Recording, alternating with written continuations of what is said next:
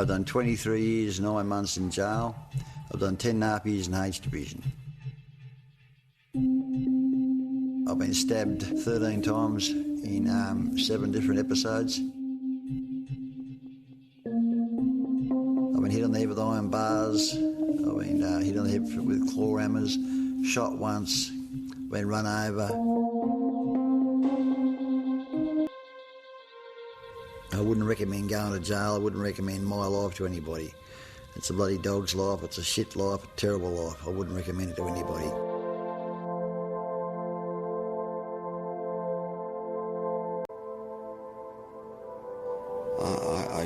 I used to really enjoy owning a handgun and discharging that handgun,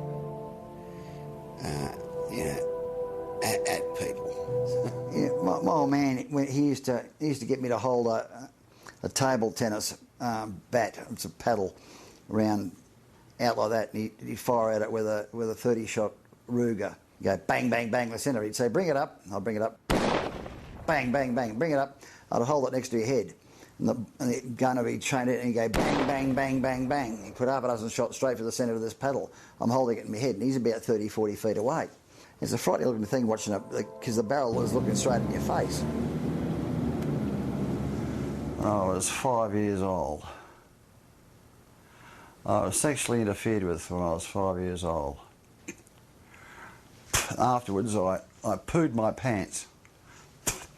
And I walked home with my underpants full of poo. And on the way home, I set fire to some bushland and caused a massive fire.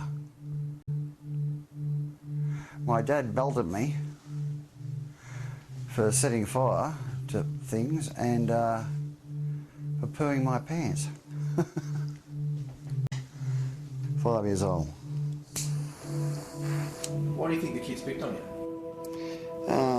Well, I don't know. I was born a Seventh-day Adventist, so I couldn't play football.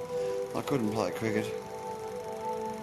I couldn't do anything from sunset Friday night to sunset Saturday night. And it's TV, radio, nothing. So I had this come from this weird religion that no one really understood, and they thought I was Jewish.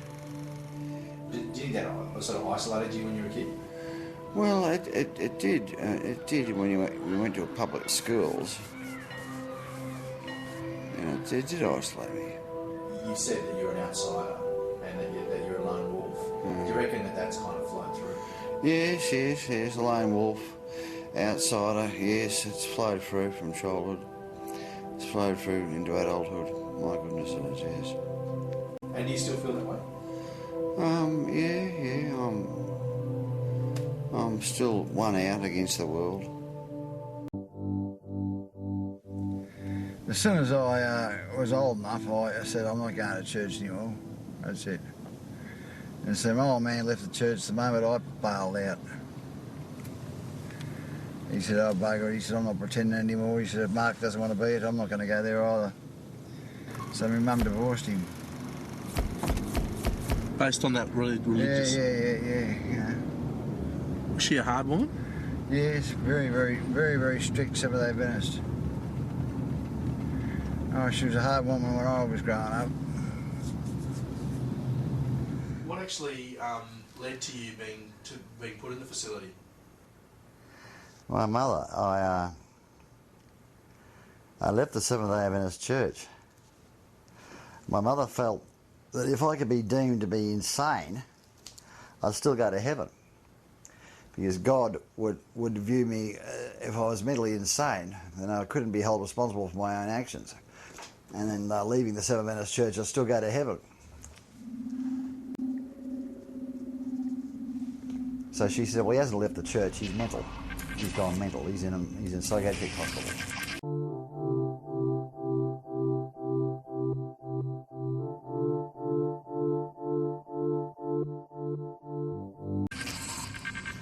Yeah. So, what's your view on religion? God, fucking ridiculous. You know, making people pray and fucking terrifying people about Jesus and God. And, bloody ridiculous.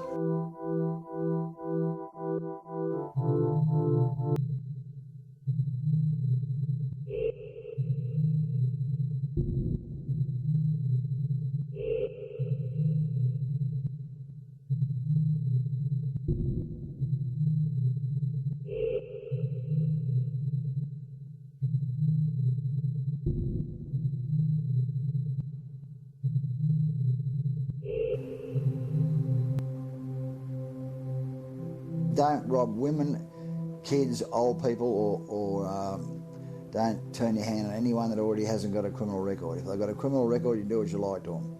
But don't bother ordinary people, the man in the street, don't bother the working man. He says, you cause public outrage against you. He says, if you do what you like to a criminal, he says, no one's going to get upset about it. And I've always stuck to that, and that's true too.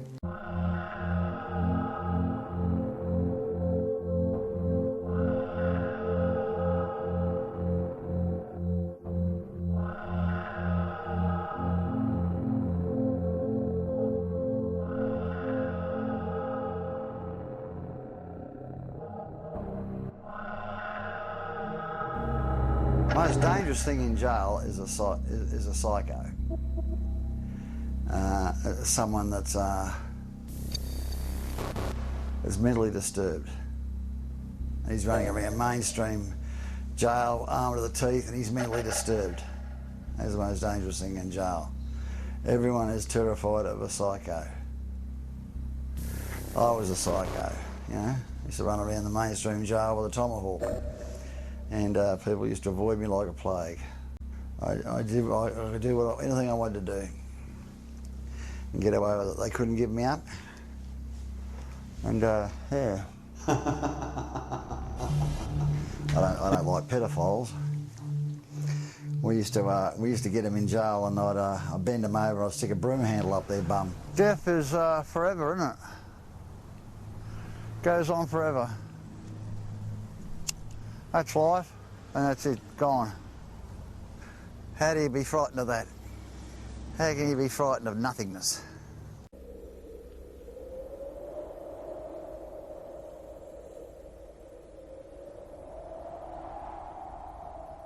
Until I held my first son in my hands, my arms, Charlie, after he got born. The first time in my whole life I understood what the word love meant, when I held him in my arms. The same when I held little Roy in my arms too, my second son. And then I had understood what the word love meant.